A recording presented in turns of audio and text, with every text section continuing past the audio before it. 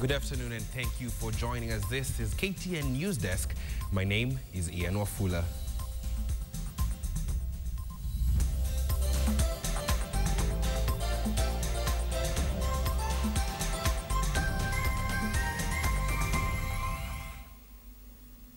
President Uhuru Kenyatta is today expected to sign into law the Security Laws Amendment Bill 2014, which was passed yesterday amid acrimony and chaos. The new law is expected to radically change the security sector, giving more power to the police and the National Intelligence Service to deal with terror and terror suspects. The opposition coalition has already indicated that they will challenge the constitutionality of the law in court. Elsewhere, still on the bill, the MPs in the Ethics and Anti-Corruption Commission is set to investigate yesterday's incident at the National Assembly. The commission condemned the conduct of some of the members of the National Assembly as unethical and unacceptable. We will look at the conduct of the state officers involved with a view to taking appropriate action, including but not limited to initiating the appropriate process provided by the law. Elsewhere, a new opinion poll released by the research firm IPSO Kenya indicates that Kenyan citizens are not happy with the way the government is handling security matters. The survey, which polled 2,005 Kenyans above 18 years old in November and December, reports that 44% of respondents were not happy at all with the way the government is dealing with cases of insecurity and terror attacks on the war on Al-Shabaab terror group, while only 12% of those in northeastern region believe that KDF will effectively deal with the Al-Shabaab. The confidence was much higher in central Kenya, with up to 62% saying they believe KDF will defeat the Al-Shabaab. The poll also indicates a serious weakness among Kenyan citizens, showing that up to 58% of Kenyans do not report crime to the police. 1 month after KTN highlighted the sad case of Kisumu's forgotten soldier, help has come from unexpected quarters. A comrade in arms who underwent the same fate at the hands of the state retired soldier Joshua Okello of Nyahera in Kisumu County had a pleasant surprise when old friends who watched the story of his suffering on KTN and read it on the Standard newspaper came to his aid. Fred Omulo, who first did the story, updates us on the latest developments. When KTN last visited Joshua Okello, the forgotten soldier had vowed to donate his only parcel of land to whoever could help him access compensation for wrongful dismissal from the military and non-payment of his dues. Halfway across the world in Scandinavia, a former colleague was watching the story on the internet and quickly recognized his friend. Okello's deplorable state moved him to make a quick trip from Norway to come and check on his comrade in arms. Some are taking their cases independently to court, and those that have taken their cases to court have been given awards. The courts have awarded them very heavily. Like you find our commander, he was jailed for 4 years. When he came out, he took the government to court, and just this year he was paid 35 million. Just like Okello, Oliech was wrongfully accused of participation in the 1982 coup and dismissed, ending up detained without trial. After years of torture, he was eventually released and honorably discharged when there was no evidence to prove his culpability. Most of the people that were affected were victims of circumstances. People were being arrested en masse, regardless of whether you took part in the coup or not. And once you had been arrested, you had to be tortured, and then you ended up being dismissed. Like you find in my case, I was first of all dismissed. I was given a dismissal letter, certificate. Then later on, I was given a discharge certificate. This tells you how much the government was not serious with what it was doing.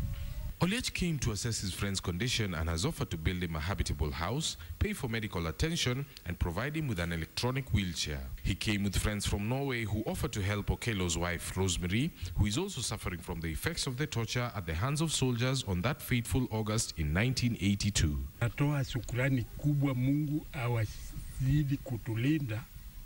Vile wamenitembelea hapa, wameniletea maneno muhimu. Wanaenda kutengeneza vile naweza tembea, vile uzima naweza rudi vile nilikuwa, lakini kwa hayo yote Mungu ndiyo naweza. After years of spending most of his time in bed, Joshua Okello is now set to regain some mobility and independence. It is always a pleasure seeing lives changing. A report released by the Commission on Administration Justice has revealed that the deaths of 30 police officers in Baragoi could have been avoided. That is if there was proper planning and coordination of the operation in November 2012. The Ombudsman has also said cases such as Kapedo, where 21 police officers lost their lives, were as a result of poor coordination between the police deployed and the Kenya Police Reservists. The Commission says junior police officers who have just graduated should not be sent to volatile areas.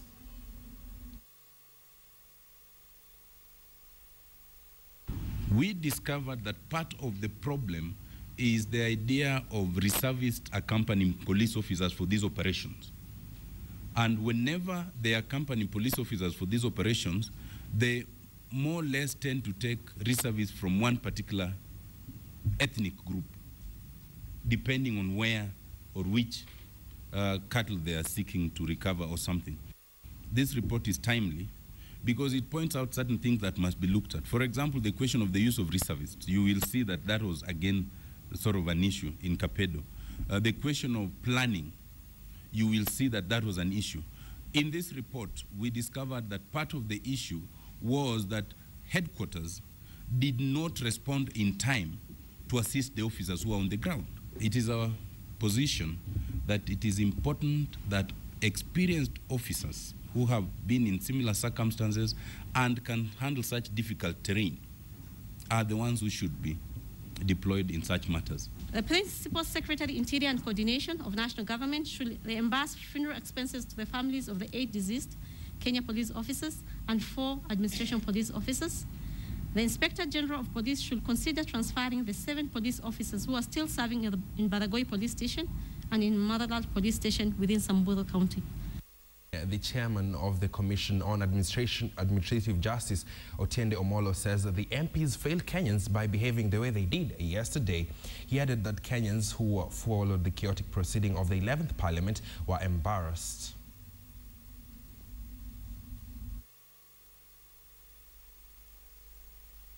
I think that whether or not there are genuine laws that have issues and concerns, whether or not the laws are constitutional or unconstitutional, whether one agrees with those laws or not, all that should be in a situation of decorum where people say their views, where people are heard, and if the majority think that it should go this way or that way, then that is the nature of democracy.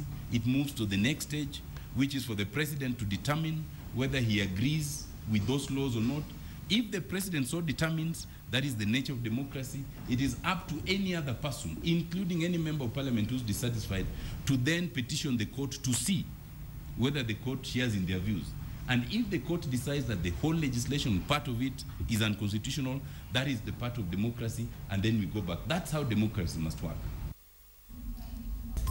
Welcome back. Now, before we get into business, John Okello is the latest winner of 100,000 shillings in the countrywide promotion dubbed as Jicheki na 100 Thao Kila Siku to reward viewers of KTN and readers of the Standard newspaper. Okello could not hide his joy and said that he will give part of the money to charity to thank God for the blessing. The rest, he says, will be spent on his family during this festive season. In the promotion, lucky winners walk away with 100,000 shillings every day for buying a copy of the Standard newspaper. A total of 4.5 million is up for grabs in the promotion that is set to run till the 14th of January next year. Ruiru, at that flyover. I usually buy my paper there, so I bought my paper on my way to Kiambu. And I didn't bother checking the number, because me I usually read the news on the paper. So this week on Wednesday, when I was in the house, waiting for the news, I was talking to my kid. I asked him, why is it that some other people are winning and we are not winning? What is wrong? So that's the time when we were chatting with him, I told him to check for the paper and see if we have won any.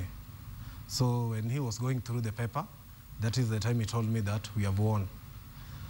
We were so happy, but me, I didn't believe because I was like surprised. So the wife and the kids, they were so happy. And in business, the global Islamic finance world is worth an estimated $2 trillion, a fact that has inspired great interest in the sector and the opportunities it presents locally. Firms are positioning themselves to capitalize this growth, which has from just banking to insurance to reinsurance and even investment. Our Consulting, Kenya's first Islamic finance advisory group, is looking to take this to the next phase of the growth. I think we're already in the right direction. Maybe we need to just be a bit quicker in how we implement this. So we need a regulatory framework that works to regulate the industry, harmonize. We need a national Sharia board that oversees the other Sharia boards, and this can only come again from our authorities. We definitely need to have training and capacity building. So our educational institutions offering this as a subject or a module, so that these institutions that are being set up will have the talent to fit in, because you also don't want to have a situation where Islamic financial institutions are in place, but we don't have the talent to service that industry. Do join Charles Gitonga at 9 p.m. with more on that interview on Islamic finance. Elsewhere, the High Court has stopped the planned rollout of Equity Bank's thin SIM card technology until a case filed against the telecommunications regulator is heard, dealing a blow to the bank's entry into the lucrative mobile money business. The case was filed by Legal Advice Center, which claimed that the Communications Authority of Kenya approved the technology before a full audit was done on its security risks. Equity Bank is seeking an entry into mobile phone-based banking by issuing SIMs to customers who choose to join the Equitel network. But it is the plan to issue special thin SIM cards that embedded on the primary SIMs that has caused concerns over privacy of customers' data. The thin SIM is overlaid on the phone's primary SIM, raising fears that the card could intercept data from the primary SIM, exposing personal data to the third parties.